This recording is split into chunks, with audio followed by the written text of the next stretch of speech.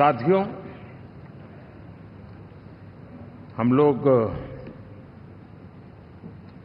जब 4 जून के नतीजे चल रहे थे, मैं तो अपने काम में कुछ व्यस्त था। बाद में फोन आना शुरू हो गए, तो मैंने किसी को पूछा, यार ये तो ठीक है आंकड़े वांकड़े, तो मुझे ये बताओ कि ईवीएम जिंदा है कि मर गया?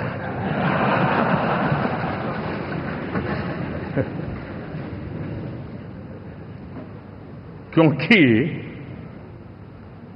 ये लोग तय करके बैठे थे कि भारत के लोकतंत्र और लोकतंत्र की प्रक्रिया के प्रति विश्वास ही लोगों का उठ जाए, और लगातार ईवीएम को गाली देना।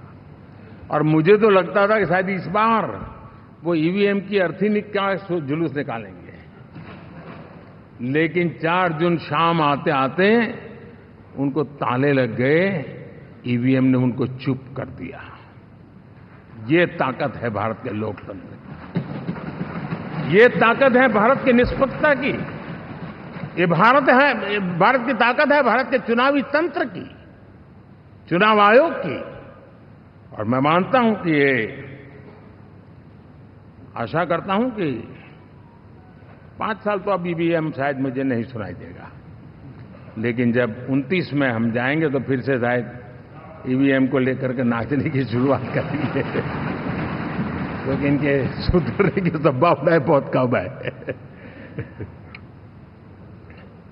आप देखिए, चुनाव के समय मैंने पहली बार देखा, शायद हर तीसरे दिन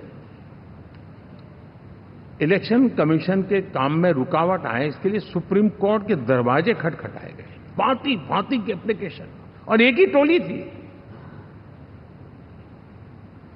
और लोकतंत्र के प्रति जिनका भरोभार अविश्वास है, ऐसे लोग सुप्रीम कोर्ट का उपयोग करते हुए कैसे रुकावट डाले, इसका निरंतर प्रयास करते रहे।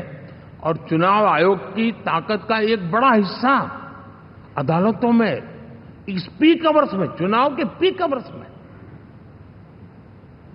यानी कितनी निराशा लेकर के ये लोग मैदान में आए थे कि उन्होंने पूरा हमला उसी इंस्टीट्यूट पे लगा दो, ताकि चुनाव के कोई भी परिणाम आए, हम दुनिया के सामने भारत को भी बदनाम कर लें।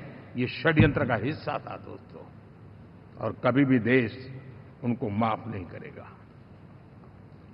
साथियों, इंडी गठबंधन वाले